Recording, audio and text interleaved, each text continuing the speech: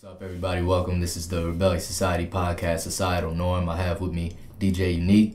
I'll have him telling a little bit about himself. What's up, man? Appreciate you letting me slide thanks through, for coming, man. bro. Yeah, absolutely, man. Denton's far, man. It's a drive out here. It's a cool little view of Lake Louisville. Right. Yeah, we kind of in the middle of nowhere and in the middle of everything, right? It's cool, man. I was just out here not too long ago. I'm trying to get more acquainted with Denton and like the music scene out here. Yeah, it's different from Dallas. Like, I feel like it's supportive, but at the same time, it's not as supportive as Dallas because it can get a little more cliquish because it is such a small town. But it's growing. I think it's growing out of that. Hopefully, I see a lot more Denton artists in Dallas performing in Fort Worth. So I mean, it's a start. Right. Yeah. You know what I'm saying? Start somewhere. So you're a DJ. How'd you get into doing that? Man, I was hanging out with my cousins when I was like 13, 14, and they were DJs, and I would just go hang out with them, and they would just like be scratching and just do like they were back, you know, when they did vinyl and the crates and all that. Oh yeah. And I would just be watching them, and I'd just be like in awe, like this is dope what they're doing. Like they're able to switch all this up, play everything, like everything's mixed. Like it just caught my attention, and I was like, my mom picked me up one day, and I was like, yo, I want to become a DJ. Yeah, that's dope. And I got me a summer job, got my stuff, and then just started going from there. So that was your intro into the world of music. And you do what kind of DJ? Like kind of music? Everything, man. Yeah. Like I spin whatever. Like okay. If you want to book me for something, like I'll more than likely I know how to spin it. Like and if I don't, if you book me with time, like I'll learn and I'll know by then. Right. So I mean, I like that. Like open format, especially because I'm Mexican, so I know I can do a whole like anything that's Spanish. Well, not really. I wouldn't say Spanish related, but anything that's Mexican related, like I can do those type of events. Right. I can do like shit. I've done festivals, like block parties, concerts. So I mean, cross cultural, all of that. Yeah, man. You got to. You got to be able to, especially if you're a DJ, man. You can't like, you know, be like, oh, I only spin this. Like, you're not really a DJ then. Like, you gotta have that wide knowledge. That's what I would say. You know, just by being, because I can pull up anywhere. You know what I'm saying? I can pull up to a Spanish crowd. I can pull up to a hip hop crowd. I can pull up to an EDM crowd. And if somebody there was to like, or one of my DJ homies was to be like, hey, I need to run to the restroom, bro. Yeah. Can you take over real quick? You gotta like, be able to hop up there. I'll be able to like, okay, cool. You know what I'm saying? Like, I got you. I can mix in the next song or next two songs while you go to the restroom and shit. Right. Like, whether it's, like I said, EDM, hip hop, Spanish, or whatever. So that's awesome. You got to be able to, you know? And you know what I'm saying? You get paid a little more. Yeah, it's the same as like a hip hop artist a little bit. You got to be able to cross over to make the big bucks. Yeah, man. So you've been doing this since you were 13? I did it. I started when I was 14. Yeah. I stopped when I was like 17.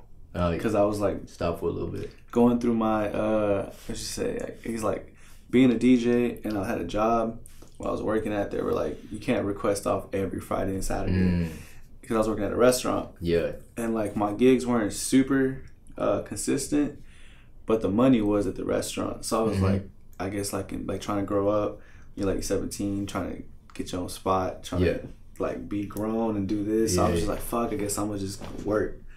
And then I stopped. I just really got back into it like 2 years ago, like 2016. Okay. Like spring of 2016. So, but just been working. Yeah. Since I got back into it, and just I guess booming now. Okay, like, that's what's up. Yeah, I don't want to sound like cocky or conceited, but like. Like confident, Yeah, man, definitely been working, man, for like the past 2 years and just putting in work, really. Yeah. So you DJ all around like DFW? Yeah, man, Dallas, Fort Worth. I've DJed in Austin, San Antonio. I'm about to be in New York like in 2 weeks DJing out there.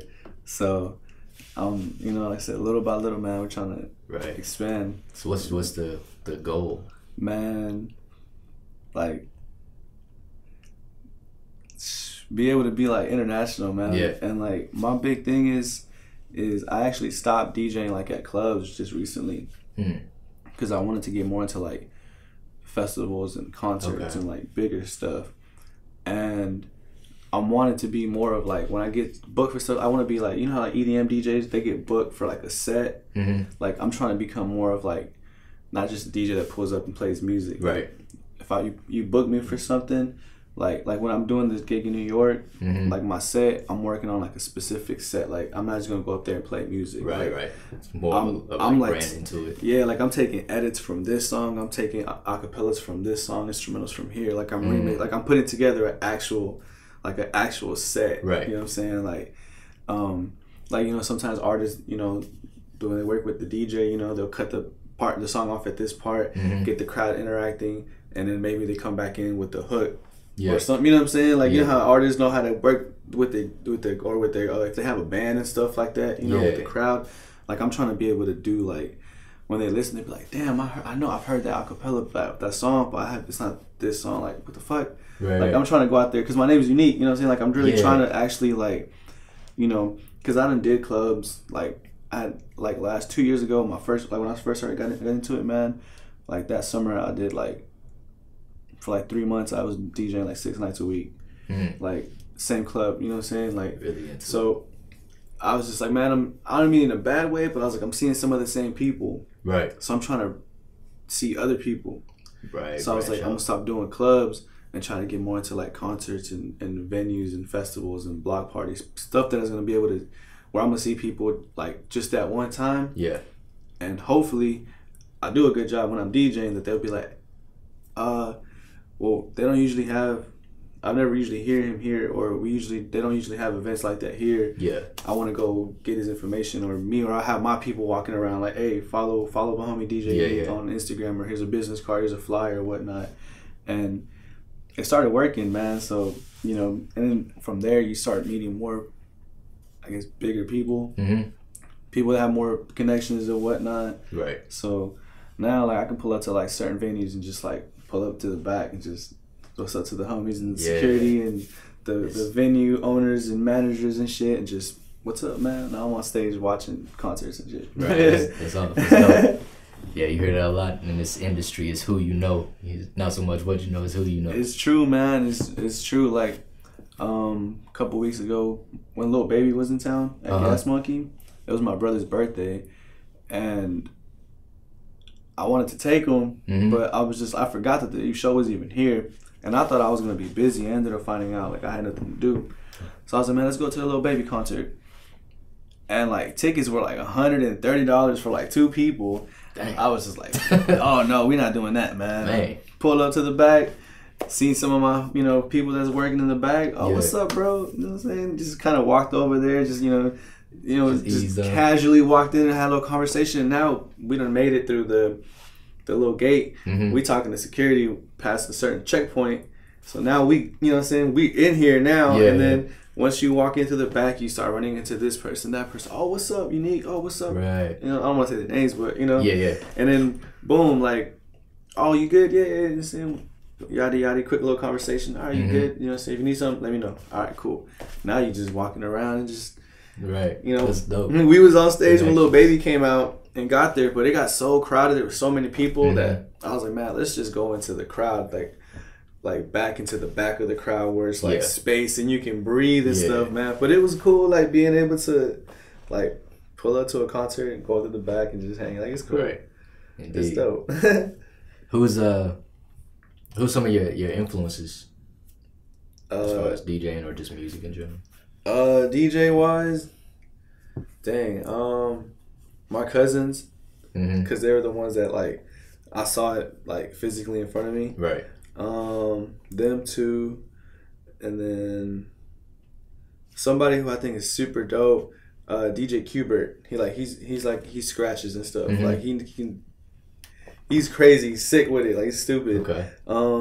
Him, DJ like A-Track, DJ AM, Girl Talk, cause those are DJs like they do like some like I was saying, like they remix their stuff. Right. Like, you know, you may hear just a certain part from this song on this whole other song, and then it blends right into this song. Yeah. Like, and that just catches my mind a lot, you know, like my attention. I'm just like, that's dope. Like I want to be able to start. Yeah, those would probably be some DJs that I would say. And then some of my homies, like some of my homies that are my DJ homies now. Right. Sometimes I go check them out, pull up on them, and like I'll hear something new I haven't heard yet, and I'm like, yo, I need you to forward me that song, you know, or I'll hear them blend 2 songs that I haven't heard yet before. Like they'll be practicing, they'll be doing their set.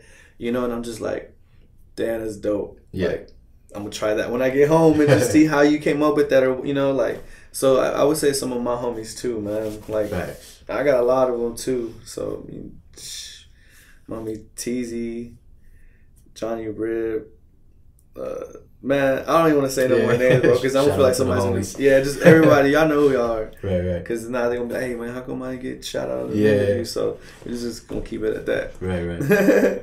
So how is the DJ community? Is it like a lot of competition, or is it more like supportive? Man, I've been noticing there's like a different type of DJ community, I guess you could say. Yeah. Like you have your DJs that are like your like real DJs that know how to set up the vinyl and take it apart, pull it up, and do a vinyl set. Yeah. And then you have a lot of DJs now that are, I don't want to say it, but they're like clout DJs, or like, you know, they're DJing because that's the cool thing. Like now, I mean, don't get me wrong, it's dope to see that there's so many young kids now like doing their own thing, like becoming photographers and like graphic designers and rappers and all that stuff. Like that's cool and all, you know. But sometimes I'm like, you can just see that people do it just for like, because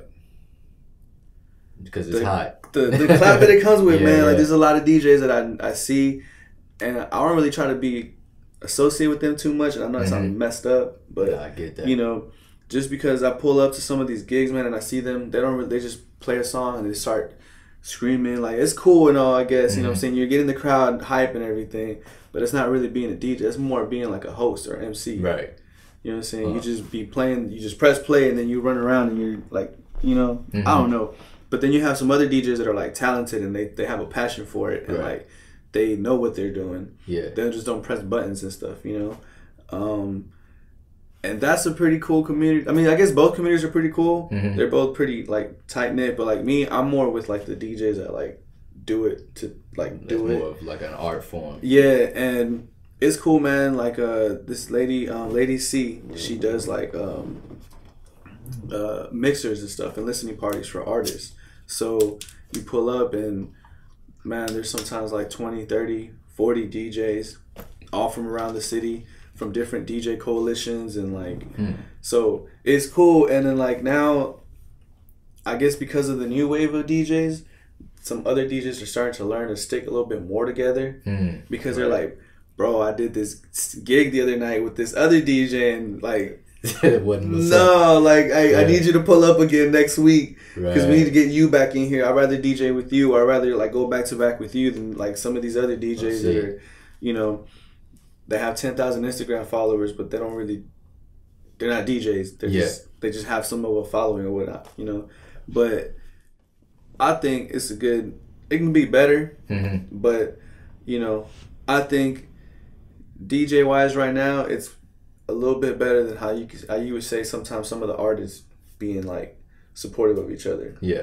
Because there's times where I'll go to a club and I'll run into like 2, 3, 4 homies that are DJs and they're pulling up to just say what's up to whoever's DJing that night. And then, you know, we just kind of end up clicking up back there, you know. You know how sometimes at some places like rappers hang out here and then you can tell who's who, like the crowd and the rappers and stuff like that. Indeed. Like you'll just see like the DJs and like we'll just be hanging back out there and then next thing you know, man, like we just all like end up taking turns DJing and stuff. Like it's cool, man. Cool.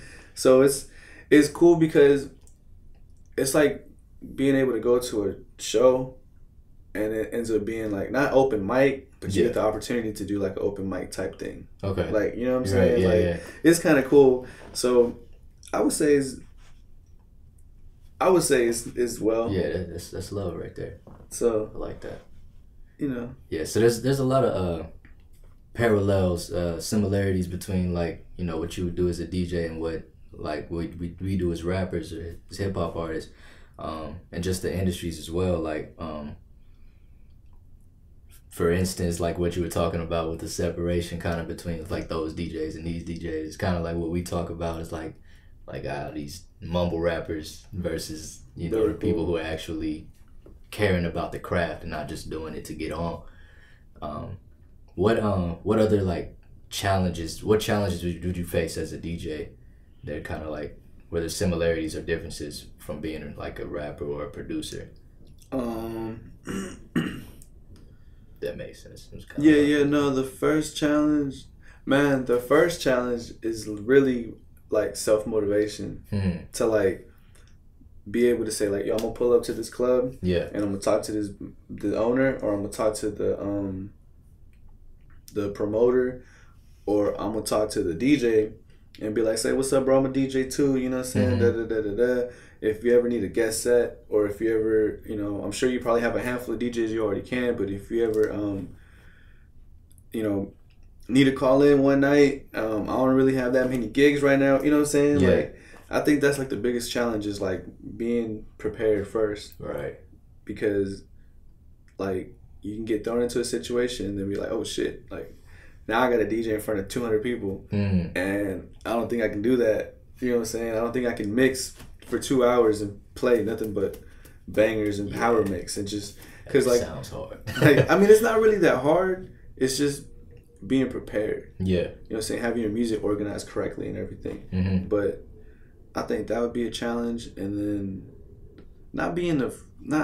can I cuss? Yeah. Not being a hoe ass, man. For real. Don't be no hater, man. Like, that's another challenge. Like, a lot of people, like, they try to, I don't know, man. People always think that they're better than what they are or whatnot. Right. Because social media has switched a whole lot of things around. Yeah, anybody can be anybody. Yeah, so, you know, like, that's what I would say would be challenges. Like, being prepared, like, yourself, and just from there, like, being a people person, being able to go and say what's up to a DJ and just be like, being able to interact with them, and then they'd be like, oh, he's at least he's a cool person. You know what I'm saying? I can go chop it up with him. I'll go to Hooters with him next time he invites me or something, and we can maybe hang out a little bit more, get to know him a little more, because I'm DJ right now. Right. But now I can, you know, we can have a couple of beers. I can ask him a couple questions and see where his mind state is at as a DJ, and then from there I might be like, hey man, we can go back to my house if you want to, and we can get a session in right now. Start mixing up. And then, you know, like I said, if you're prepared, you can pull up and be like, all right, cool, man, let's do it. And then, you know, you can throw down 10, 15, 20 minutes, and then he may be like, oh, okay, cool. You know what, bro? Slide through next Wednesday. You know, I'm going to put your name on the flyer.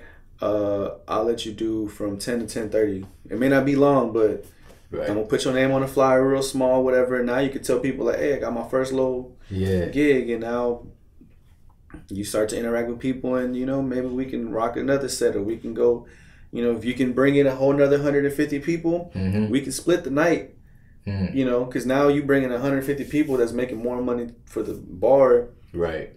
Money for us. Like, it's just good business. So cool, let's do it. You know what I'm saying? You can DJ for, you know, 10 to 11. I do 11 to 12, and we just go an hour each or something, you know? So that's what I would say. It's just, don't be prepared and don't be a hater. Right. And just be willing to be in like a community, a family that's like wanting to, like, because we're DJs, man.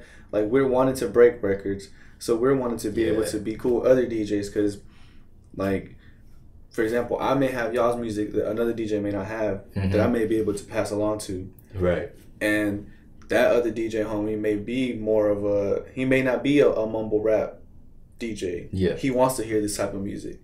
So he'll be like, hell yeah, send that to me, bro. Because I didn't know about these kids. I didn't know about these cats. I didn't know about this girl that could sing this type of music. I didn't know about this dude that could flip these songs into this. Like, dope. So that's how we are as DJs, man. So like, whenever DJs tell artists to, like, really build a relationship with DJs, like, we really mean it, because like, I like to go hang out with I hang out with a whole lot of artists. I pull up to studios a lot of times whenever I feel like it. Yeah. Just because I know the studio runs 24 hours and somebody's gonna be there. Right. And I pull up, and sometimes people be like, "Oh, who's that?" Mm-hmm. Oh, it's the DJ. Oh, okay, cool, whatever. But then like the people that know me there, they'll be like, "Nah, bro, you need to talk to him. Like, like he'll just pass your music around, or all you gotta do is tag him on Instagram. Especially like now on Instagram, you know how you can take up somebody's post and just put it on your story. Right. Yeah. Like it don't take much than like 2 seconds. And like I do that all day, man. Like right. Yeah. It's just like the this. Just society nowadays it's really built for us to connect, but a lot of people don't do that still, even though that it's built like that. And I think a lot of it is like insecurity for a lot of people. I think it takes a confidence to be able to say, I want to put myself around more people who are doing what I do, because I know at one point I was like I wanted to kind of separate myself from everybody, like I don't fuck with none of these people, blah blah blah. But I think it was kind of like, for me anyway, it's just an insecurity of like, what if I get around these dudes and I'm exposed? You know what I'm saying? And I had to like start believing in myself more and my own ability, to where I wanted to be around people who were better than me at what I do, and to learn from it. So I like that. But see, from there, man, like that's how you build that community, and you're able to like preserve that culture or that aspect of it.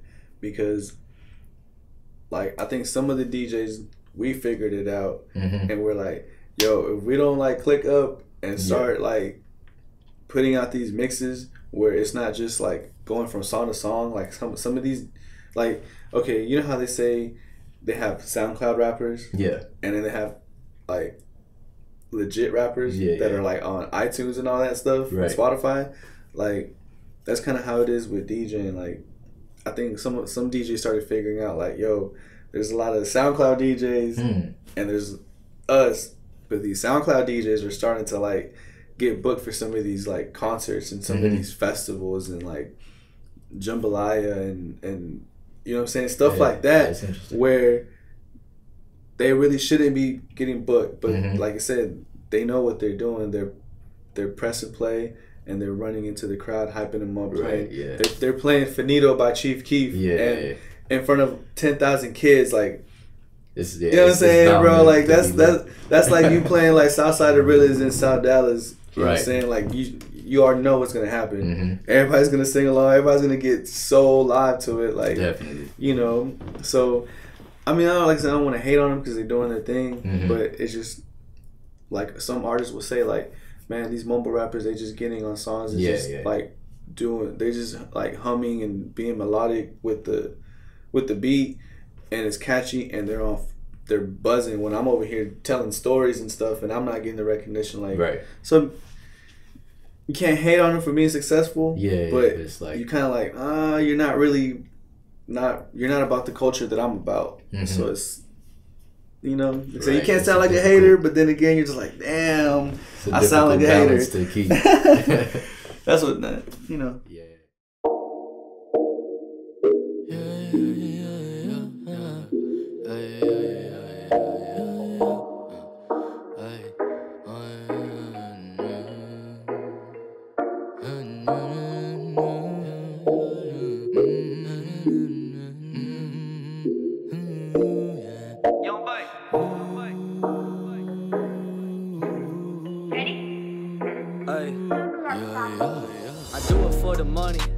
We back. So what's it like what's the process for building a set? Is there a certain way you're supposed to structure things, or? I wouldn't say you're supposed to. Yeah. Just because like everybody has their own way of, like I'm sure like with like y'all as a collective with like Rebelliousociety, I'm sure everybody has the different, like y'all can be in the same room writing for the same beat, but y'all all have probably a different way of like approaching the verse or the hook or whatnot. So I wouldn't say supposed to, but I would say like me, definitely the first thing is knowing like the venue I'm doing or the event. Like anytime anybody books me, anybody hits me up like, yo, are you available on this day? Like, I always tell them like, I'm not trying to sound like a dick, but I need you to answer these 4 questions to me, and then I'll give you an answer. And I'm like, what's the date? You know, what type of event is it? You know, is it a Sweet 16 or is it a concert? You know, what's the location of it? You know what I'm saying? Like, because all those things play into a factor of now you're able to like, okay, cool, now I know what I'm gonna do. Like, I'm only gonna DJ for 4 hours, but it's a concert, so there's gonna be 5 artists performing. So I'm only gonna be DJing for like 45 minutes, probably about 10-minute sets. So now I'm like, okay, cool. Now I got about 4 opportunities to do 10-minute sets. So I gotta do. Now I'm doing 10 mini sets now. My minutes, I mean the mini sets are now in 10. You know, so I practice this little 10 minutes and then this 10 minutes. You know, so like I said, it just depends, man. Like, I got booked to open with one of my homies. Shout out to Key for Devin the Dude at Gas Monkey. Okay, yeah. So that I was like, all right. I was only supposed to DJ his set, but of course, I was like, man, I'm gonna go prepared because I'm gonna be on stage, and ain't nobody taking me off stage until like I'm getting forced off stage. I'm taking my opportunity. You know what I'm saying? I'm gonna be opportunistic. So I went in there prepared just in case it happened, and sure enough, man, they didn't have a house DJ. So between every artist, they were just playing like music off of a playlist. Like, you know, it wasn't even a DJ. So as soon as I got there early for sound check, you know, of course.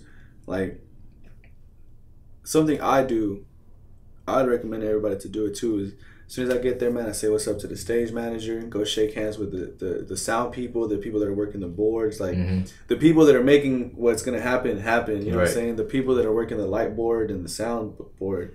And comes to find out the stage manager is a DJ as well. So I get on there. We were the first ones opening up. Yeah. So I come on stage like 20 minutes before just to make sure everything on my laptop's loaded up. And I was like, hey man, I've been hearing y'all playing like just music. My stuff's ready to go. We're the first act. Like, can I just go ahead and play some music so we can go ahead and just at least start, you know, hyping the crowd up. Right. And it's Gas Monkey, Devin the Dude, so it's 420 friendly. Yeah. So he's like, yeah, I don't see no issue with that. That's cool, man. Go ahead. As long as you start y'all set at 8 o'clock like y'all supposed to. All right, that's no problem. So I was like, all right, cool. I got literally about 14 minutes to play music before our set. So I played all like, not new music, but like I played all like smoking music. Okay. And I was able to grab the mic and just have a little bit of crowd interaction with the crowd. And because it's Devin the Dude, and the doors open at 7. By 8 o'clock, when we were about to perform, there's already about 200 people there. Man. And there's like 2,500 people there that night. Yeah. So, like, I was just ready. Like, you know, I was like, okay, Devin the Dude. Like, I'm not going to go to a Devin the Dude concert playing, like, Lil Uzi. Right. I'm going to go Devin the Dude playing. I'm playing Crit. Right. I'm playing Currency. You know what I'm saying? Since he's from Houston, I'm playing some Houston music. Like, so... It was cool, man. Like, I was able to have the crowd a little more, you know, had a few people already start sparking up, like, before our set even started. So, like I said, it just depends, man, on what you're doing or what I'm going to do. Okay. Then from there, I know exactly how to approach it. You know? Like, if I'm, like I said, if I'm going to do, like, somebody hits me up for a kid's party, I'm probably not going to go play, like, Uzi and, you know, stuff like that. 6ix9ine. So, you know what I'm saying? Like, so, it just depends on the event, venue, whatnot. And from there, it's just a lot easier. And if you're prepared, you can just go in through your music and just click and drag to your folder for that event or whatnot, and then boom, like. Okay. So Man, you already haven't even had to ask. It's one of my questions on here. I was gonna ask, you know, some tips for aspiring DJs and stuff like that. But you've been dropping gems the whole episode. So. Man, be prepared. Like being prepared is like the number one thing that I would say, because if you're prepared with your music or whatnot, now when you go practice, now you know how to, like, for the most part, DJs use Serato. Everything's so, you know, digital now. Right. It's a program. It's like whatever program artists use to record. Yeah, like Pro Tools, Fruit Loops, Sonar, or whatnot. Yeah. So Serato, that's ours. Okay. That's how we're able to run our music and see our crates and all that stuff. So, like, just having your music labeled correctly. Oh, that's the thing. Artists, if you send in music to DJs, send it labeled correctly. Because then it helps the DJ be prepared. Because, you know, for example, like if you send me some music, but then when I load it up or when I download it and then it starts playing on my iTunes, and it just says like track 5, then I'm like, now I got like 3 track files. and I'm like, okay, now I was like, damn. Well, when I download music, like me, when I download music, man, like I set a certain time out of my like week. Okay. And that's when I'll spend like 4 hours just downloading music and then organize it in the right where it's supposed to be, right crates and like being prepared. Yeah. You know what I'm saying? So when I'm downloading music, like I don't really sit there and be like, okay, this person sent me this song, cool. Like, no, I'm just like download, next email, download, next email, download. You know what I'm saying? So if you send me something that's not labeled correctly, like more than likely, I'm gonna just put it in my trash. Like I'm not even gonna bother because I don't know when it was that I downloaded it. Like it may tell me on my like, you know how on the MacBook it has all the details like when it was downloaded and whatnot. But then I'm like, I'll look back and it may be like July 31st. But then I'll have like 15 July 31st, all between 7:30 and 7:35. So I'm like, I'm not about to go back and look. Like, unless the song is like a banger, you know, that's really worth. Then I'll go back. But other than that, I'm like, man, sorry, bro. That. But just being prepared, man, because then, you know, like I said, you start being prepared because, you know, okay, with Serato, you can have a flash drive, like a thumb drive, and you can save your crates on there. So you don't always have to have your laptop or your board with you. You know what I'm saying? Like, you have a little thumb drive. You have some of those crates on there. You can pull up to another DJ that's gonna have the Serato pulled up. You can just plug it in. You can just DJ from there. That's cool. Like, so that's what I'm saying. Like, sometimes you go pull up on somebody. They may be like, somebody may pull up on me. Hey man, I'm a DJ. All right, bet. I'm about to go get me some drinks. And you go to the restroom. You know what I'm saying? If like somebody if you're a DJ, you pull up to me like, hey man, I'm trying to DJ. I'm up and coming, whatever. I got a little flash drive with me. Music's ready to go. Like, you know, just give me 10, 15 minutes. All right, man, I'm gonna give you 10, 15 minutes. I'm gonna make it known real quick to the crowd on the mic.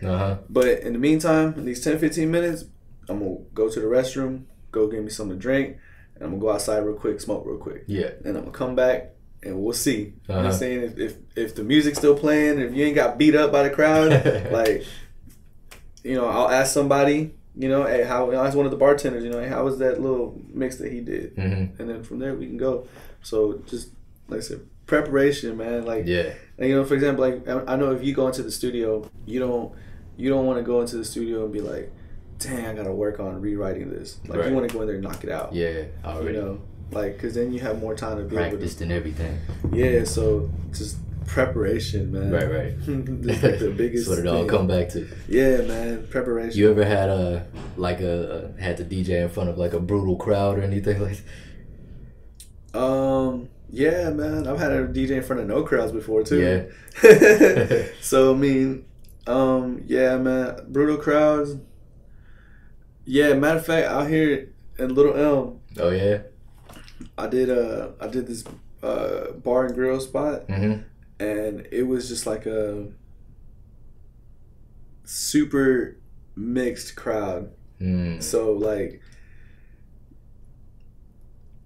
oh man, how can I say it? Like, some of the older people, I guess, that were more into like the classic rock and you know whatnot, they were used to hearing that, but there was a little bit more of a younger, I don't want to say hip hop, but a little more diverse crowd. Where I could play a little more hip hop, a little bit of like that Latin music, like reggaeton and stuff, like dancing music. Like, I was able to get these people to dance and have a good time, and like, like these people were like these classic rock people, man, were coming up to me like it's crazy, man. I ended up it's crazy. I ended up making like $130 in tips, man, just from them in about 30 minutes because they were like giving me like, here's $10. I want to hear this song. I want to request this song, and I'm just like, Ozzy Osbourne, you got it, like, but everybody, you know, yeah. Somebody else come, here's $20. I want to hear 2 songs from AC/DC. You got it. You know what I'm saying? Like, I want to hear some Journey. Hey, man, don't stop believing. Like, you know what I'm saying? I'm going to take it. Like, and people would come up to me, and I was just like, look, man, like, the owner said that this is there's not a sign that says it's Turn Up Thursday. You know what I'm saying? We're only playing hip-hop and dance music. Like, it's a bar and grill, first of all. You know what I'm saying? You have pool tables, you know what I'm saying? Like, you have the atmosphere. You should already know where you're coming into. You're not coming into a club. You're coming into it, you know. But it was cool, man. Like, that was a little earlier the night, you know, so they filtered out about like 10:30, 11. And I was like, man, y'all just chill. They're about to leave. They're about to tap out. Like, they've been here since 6. The like, older crowd. You know, they about to get on their Harleys and ride out. And y'all about to have like a solid 2.5 hours of y'all. So, you know what I'm saying? Right. I mean, unless y'all want to start tipping me like they are, you know what I'm saying? We can go back and forth. Like, but I've had a few crowds, man, where I got booked for a few places. There's nobody there. Man. But, you know, that's happened like several times, man, where like it was just literally me. This is one spot. I got booked out there. It's literally just me and the bartender for like 3.5 hours. And probably like there was a little event going downstairs, and they would come up, and like they would come up and just check it out and like just walk back downstairs because they don't see nobody up there. And I think like one of her friends came up there like one time and hung out with her for like 15-20 minutes and then like left. But I mean, it was cool. Like she came up to me and was just like, you want something to drink? And next thing I know, man, I ended up like leaving tipsy. Like she was just making drinks for me, and she was like, I like you mixing, like, you know, even though there was nobody here, like you were still at least mixing. And like I would have rather, you know, I'm glad like you were mixing than like I would have hated to have had to sit here for 3 hours and you just like play song, next song. Like you were like right. And did what you went there for. But it was when I first started, like when I got back into it. So I was looking at it like, man, this is practice. Like, you know, there's nobody here, but I'm practice my sets. Right. You know. And it just so happened to be that, like, you know, she liked my mixing, you know, we exchanged information. She hooked me up with, like, a gig, like, a few weeks later. You know, I ran into her at a bar, like, a couple of days later in Lower Greenville. She remembered me, bought me a shot, like, so, but I was prepared. Right. Even though I was, like, practicing and there was nobody there, I was prepared once again. Indeed. But I've never been like booed off anywhere. So that's cool, I guess. Indeed. But I mean, I don't know, man. Playing for nobody or getting booed, like, you know, it's kind of tough on the way out, you know. But I guess I'd rather play for nobody than to get booed. I think I would. I've definitely had a couple of those shows where you show up and you rapping in front of like 3 people right here, and then 2 of them on their phones. So it's like that. But you just do what you went there to do. Yeah, man. I mean, you never know. Like, Like, you should always. I say that you should always, and even I don't even do it, but you should always try to have the same energy. Like, no matter where you're at. Right. Because you never know. Like, you never know who that person is that's there. Like, for example, like that night, like I wasn't planning on trying to like make her be like, oh damn, he's a dope DJ or whatever.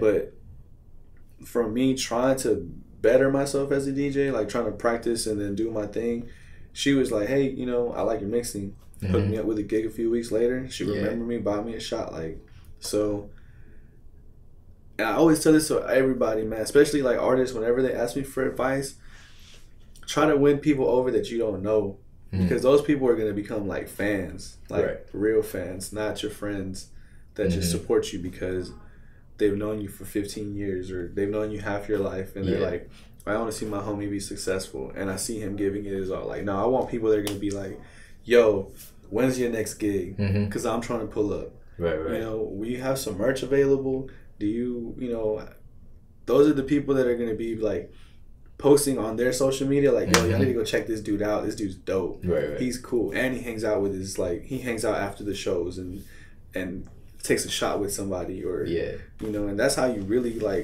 that's how you build fans, man. Like, cause your homies, you know, like that's cool and all. Like I appreciate all my homies that support me, all my friends, but like I've met some people in the past 2 years from like gigs and stuff, man, that like show me way more love for no reason, you know, off of just not being a dick. You know what I'm saying? Like, it's just being cool, or not cool, but you know what I'm saying, just being a human being, you know, like I met people like at Trees from doing concerts, Gas Monkey, that like approach me like if I was like, I get, because when they see me, they only see me like on stage, you know, so they perceive me as like, oh, he's DJing at this concert, he's doing this, now he's getting the crowd.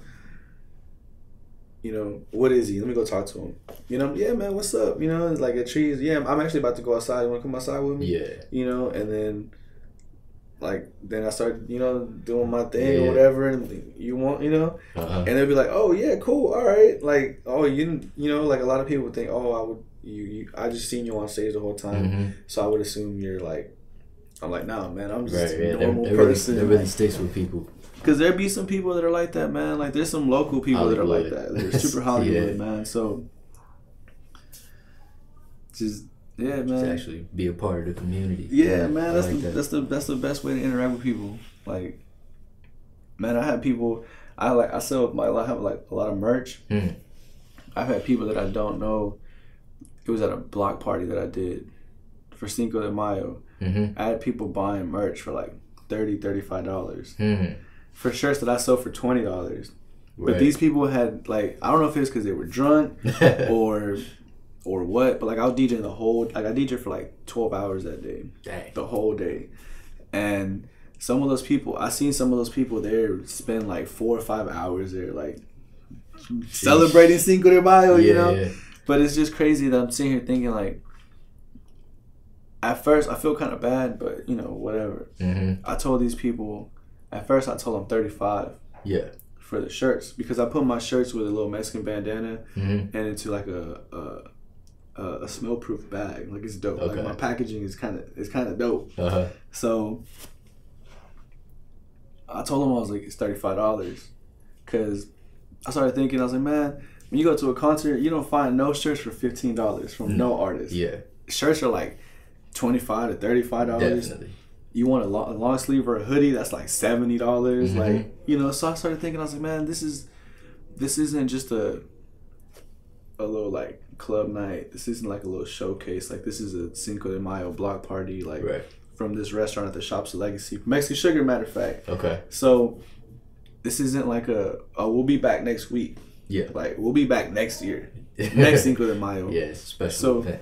I just like, man, and if somebody has been to a concert, they're gonna already know, like, this is probably what t-shirt prices are. Facts. So I was like, man, you know what, I'm gonna just try it. Yeah. If they say no, I'm like, all right, man, 30. All right, 25. All right, you know what, man, I really do sell these for 20, so that's as low as I can go. Yeah. But then $20 isn't too much. But man, I had people buy shirts for $35. That's dope.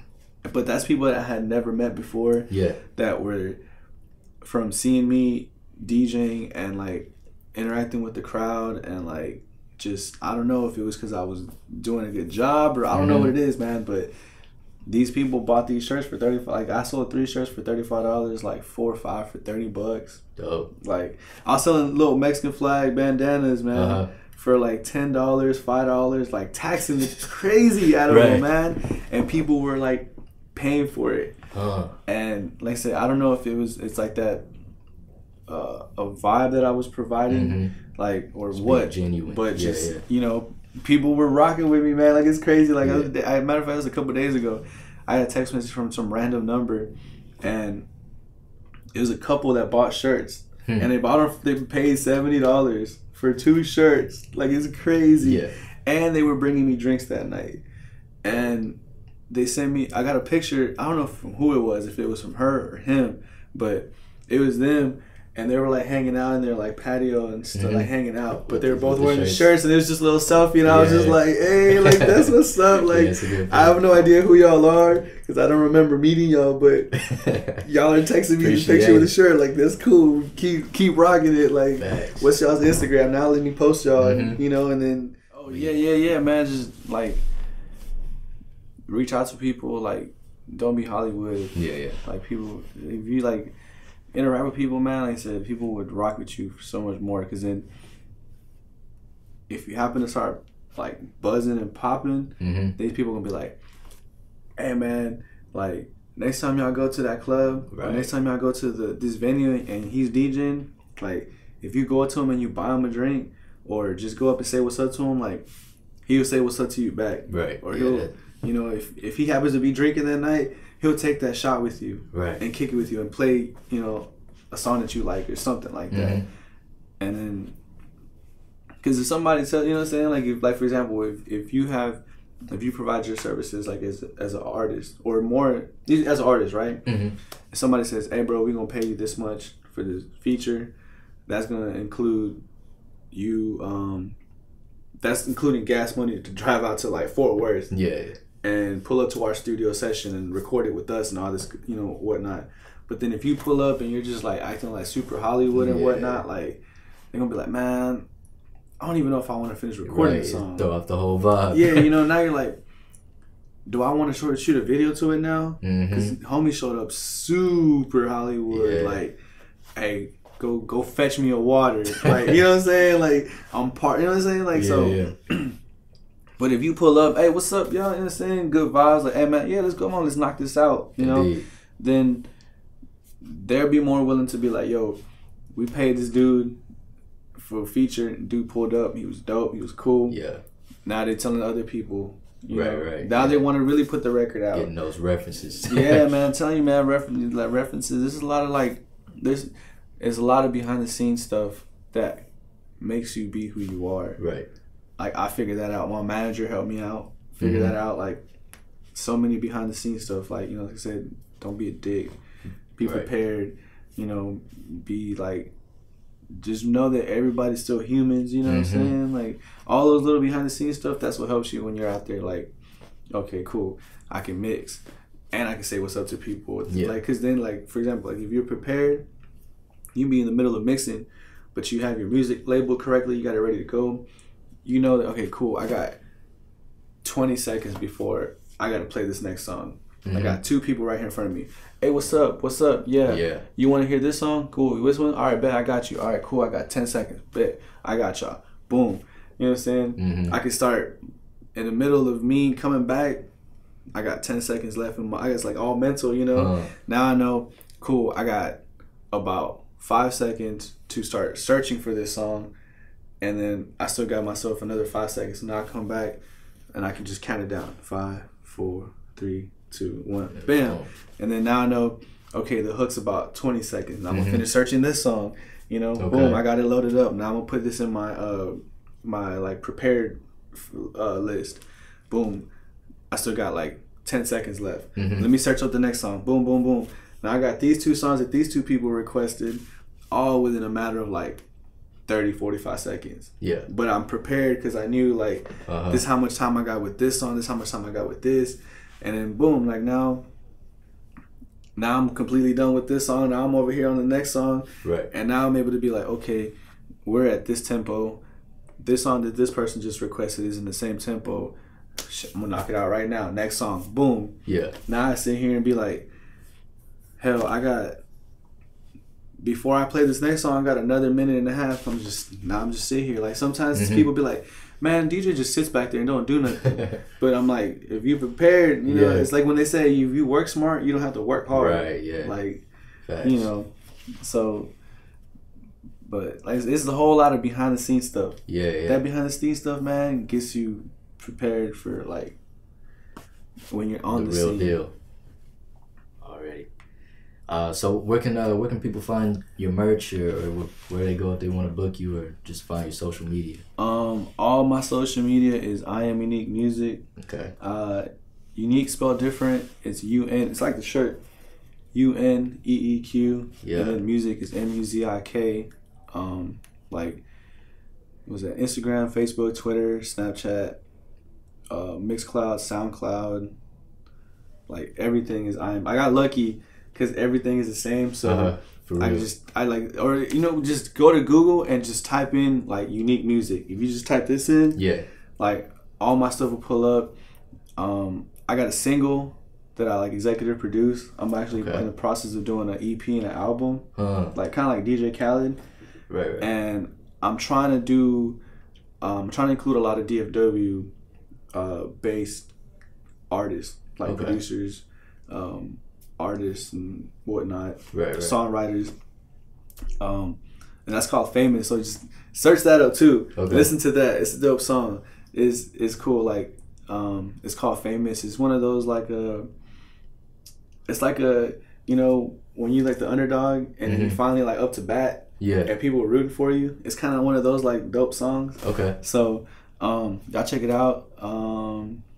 Hit me up personally for merch. Like if you're within like 50, 60 miles, like I pull up on people and like drop it off. So I don't ship nothing. Like sometimes it costs me more to pull up on people than to ship it, but like it's cool, man, to see. Like I appreciate it because people are supporting me, man. Like you know, the way I look at it, man, I drive to Fort Worth, which is 50 to 70, 80 miles away, just to kick it with artists or studio sessions or whatnot. So I'm like, if I'm doing this to pursue my, you know what I'm saying, and somebody supporting me, why not, you know? Right, going the extra mile. Plus, you know, I'm a smoker, man, so everything is, you know, it's like a couple blunts away. So, you know what I'm saying? If you 2 blunts away, we gonna pull up.